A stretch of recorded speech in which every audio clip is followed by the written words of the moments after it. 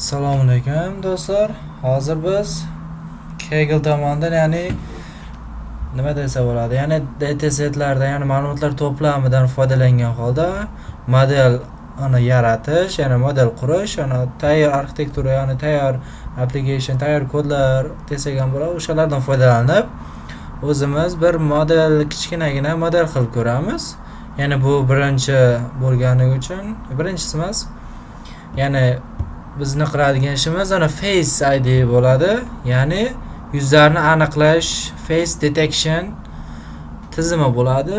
Yana bunda mana bu datasetdan ko'rishimiz mumkinki, inson yuzlarini dataset qismi bor. Mana bu yerda bir nechtasini ko'rishimiz mumkin. Inson yuzlaridan qilib biz AI yoki algoritm va kodlardan foydalangan holda bulardan klassifikatsiya, ya'ni rasm berilganda ulardan inson yuzini aniqlab beradigan dasturiy qism, ya'ni kod dastur qilish maqsad qilingan. Endi qilganmiz ham.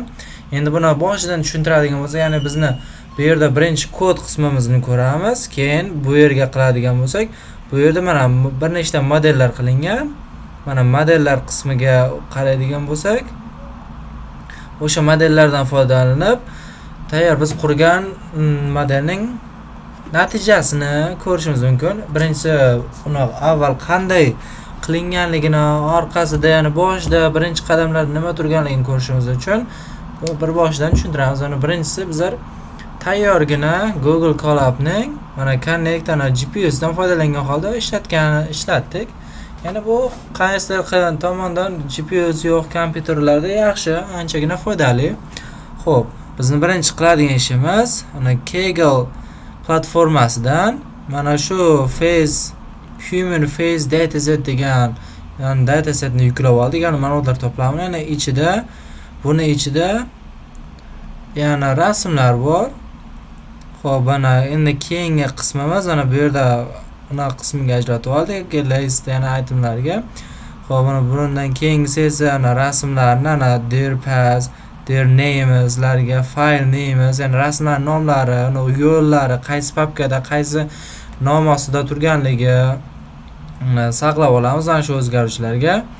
Keyingi biz endi kerakli kutubxonalarni o'rganib olamiz. Ya'ni ekranga chiqarish uchun, rasmlarni ko'rishimiz yoki tahlil qilishimiz uchun matplotlibni yuklab olamiz va rasmlar bilan ishlaganimiz uchun tayyor, orqasida algoritmlar o'zlari taxlangan holda, zo'r qilib ishlangan holda, yana pilning image qismini import va kutubxonasi yuklab olamiz. Fayllarimiz ishlagan uchun OS ni ham yuklab olamiz.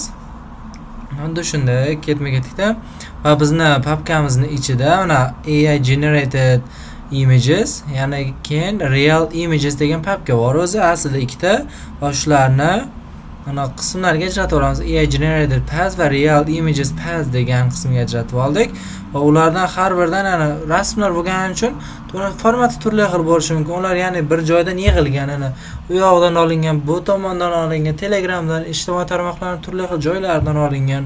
Shuning uchun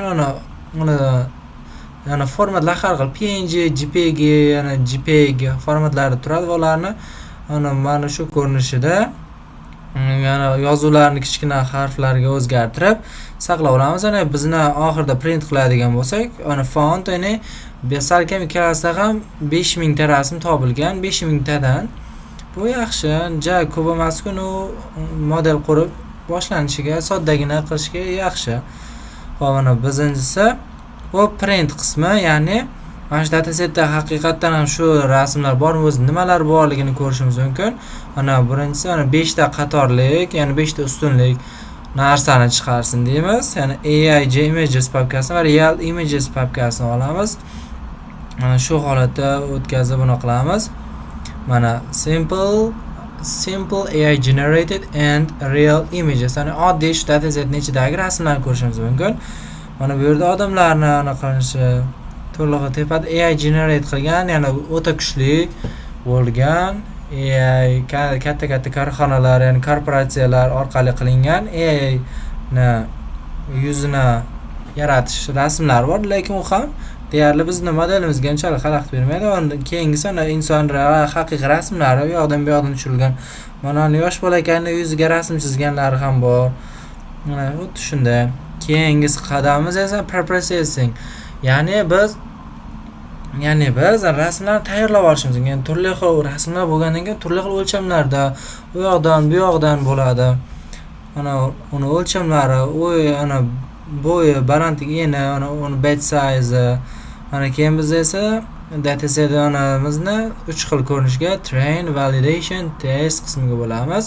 Mana bu yerni tushuntiradigan bo'lsak, TensorFlow orqali image generator, data generator bilan qilib oldik. NumPy ya'ni rasmlarni matritsa ko'rinishiga, ya'ni raqamli ko'rinishga o'tkazishimiz uchun NumPy kutubxonasi bizga qo'lga keladi. Ya'ni u o'tkazmaydi, bu shunchaki raqamlar bilan ishlash uchun ajoyib kutubxona. Yana bu yerdan rescale degani bu rasmlarni 0 dan 223 gacha bo'lgan oraliqqa qo'ysin deymiz. Rotation range, ya'ni bu rasmni aylantiradi, o'ngroqdan yoki chaproqdan buradi. Xuddi rolga o'xshab u yoqdan bu yoqqa qarab buradi. Can with shift range, ya'ni bu shuni o'zgartiradi. Bu ham o'ngni teparoqqa yoki chaproqqa burishga o'xshash narsa. Mana shift range ham xuddi shunday. Mana share range bu ham xuddi shunga o'xshash. Rasmni yana bir holatda turadi, o'ngroqqa yoki chaproqqa yoki horizontal va vertikal holatda sal burib qiladi. Ana horizontal flip, ya'ni bu degani biroz o'zgartirish, ya'ni vertikal holatda va horizontal holatda burish degani. Ana keyingisi fill mode degani nearest, ya'ni biz rasmlarni siqayotganimizda, ularni o'zgartirayotganimizda, ya'ni u yerda rasm bo'lgandan keyin ba'zi joylarda bo'shliqlar qolib ketadi, yo o'sha bo'shliqlarni to'ldirishimiz uchun nearest, ya'ni unga yaqin qiymatlarni foydalanamiz. Mana keyingisi ham mana train generator ham shunday. Mana validation generator ham shunday. Mana ajratib olganimizdan keyin natijalarimiz ham shuna qildi. Mana tayyor train, validation va test to'plamiga ajratildi deydi. Va bizga tayyor modelni train qilishimizga tayyor. Mana keyingi qadamimiz ana birinchi modelimiz har cascade yordamida yuzlarni aniqlash. Ya'ni bu nima qiladi? Biz ana boshda barcha xususiyatlarni ketma-ketlikda aniqlab oladi. Uni birinchi stage bitta feature aniqladi, keyingi stageda 10 ta feature aniqladi. Keyingisi shu alfozda ketaveradi va oxiriga kelganda mana 6 stage, ya'ni feature xususiyatlarni aniqlagan, ya'ni ko'zidan, qoshidan yoki shunga o'xshash belgilarni aniqlab olgan. Mana bu yerda bizni kodimiz ko'rinib turibdi. Mana bu yerda rasm biroz boshqacha ko'rinishda, ya'ni generate qilgan ko'rinish turibdi. Mana sochidan ko'rishimiz mumkin. Yana bu yerdan face ni aniqlab oldik. Mana endi yangi CNN tarmog'ini qurish, ya'ni bu model qismida sequential ga saqlab olamiz. Ya'ni model o'zgartishiga, yana layers qatlamlari bu yerda ketma-ketlik deb oladi. Birinchi bu qatlam bajariladi, keyin bu holatiga, keyin shunday holatida ketma-ketlikda bajariladi. Yani birinchi qatlamda conv deydigan rasmlarni o'ziga holatga keltirish, 3x3 matritsada rasmlarni ixchamlash, ya'ni kerakli qismlarni olib o'tish va ixchamlash, ya'ni kichraytirishga o'xshash narsa. Activation relu, ya'ni bu relu degani manfiy qiymatlar, ya'ni bizga keraksiz bo'lgan o'zgaruvchilarni, rasmdagi piksellarni joylardagi keraksizlarni tashlab yuborish uchun nol manfiy qiymatlar tashlab yuboradi. Input shape kiradigan rasmning o'lchamlarini o'zgartiradi. Layers max pooling 2D, ya'ni bu 2 ga 2 matritsa orqali har bir matritsani yurgizib rasmni o'lchamini kichraytiradi. Ya'ni bu rasm piksellardan bo'lganligi uchun maksimal qiymatlarni olib ketaveradi. Ikkitadan keyingisi ham xuddi shunday shu holatda ketaveradi. Mana drop out, bu yerda layerlarning qatlamlaridan ba'zilarini uni muzlatib qo'yish, ya'ni to'xtatib turish, ya'ni model bir xil narsani o'rganib qolgandan keyin unga yangi qiymat keladigan bo'lsa, uni topa olmay qoladi yoki uni overfitting qiymati oshib ketadi. Bu bizga kerak. Shuning uchun mana o'zgarishlarni aniq qo'yganmiz. Sigmoid funksiyasi bu classification ham xuddi shunday. Mana bu yerda ana summary qismi bor, ana epochlar qilganmiz. Mana modelni o'qitib, train data generator tepada oni qilgan nima edi? Rasmlarni preprocessingini qayta ishlagan ko'rinishimizni beramiz. Bu yerga ham epaklarni beramiz va shu bilan ketma-ketlikda ko'rishimiz mumkin. Mana accuracy aniqligimiz 97% ga yaxshi. Mana lossimiz 0.07%. Bu juda yaxshi. Keyin o'qitishlar natijani tahlil qilish orqali yana bizda grafik orqali to'g'ri ana o'qildimi yoki yuqori natijalarga erishish asosida bordimi deganda mana grafikda ko'rishimiz mumkin. Uni asosida 0 dan boshlab, asosida o'sib ketgan training accuracy, ya'ni asosiy o'qitadigan data setimizdagi accuracy yana oshib yaxshi natijaga borgan.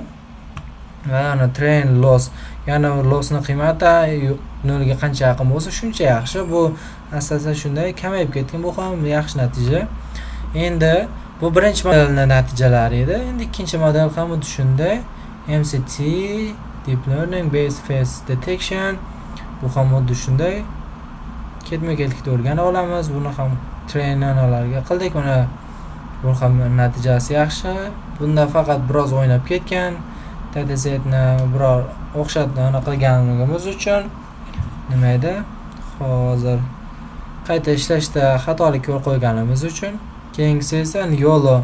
Mana YOLO Face modeldan foydalangan holda biz o'zimizni datasetimizda ana YOLO 8n modeldan arxitekturasidan foydalangan holda o'zimiz datasetimizga qo'yib train qilganmiz. Uni bu yerda ham ko'rishimiz mumkin. Data YAML papkasining ichiga biz o'zimizni datasetimiz yo'llarini, pathlarni berib qo'yganmiz. Xuddi shunday. GPU ana shunday holatda ketgan. Mana biz natijalarimiz mana oxiriga o'tadigan bo'lsa, shunday natija bo'lgan. Endi bu bizni qilgan kodlarimiz. Endi keyingi qismiga o'tadigan bo'lsak, ya'ni bu model haqiqatan ham ishlayaptimi? Sen qurgan modellar ishlayaptimi? Uni nima qilsa bo'ladi desak, mana bu yerdan ko'rishimiz mumkin. Mana 4 ta model va bu yerda ham qilganmiz.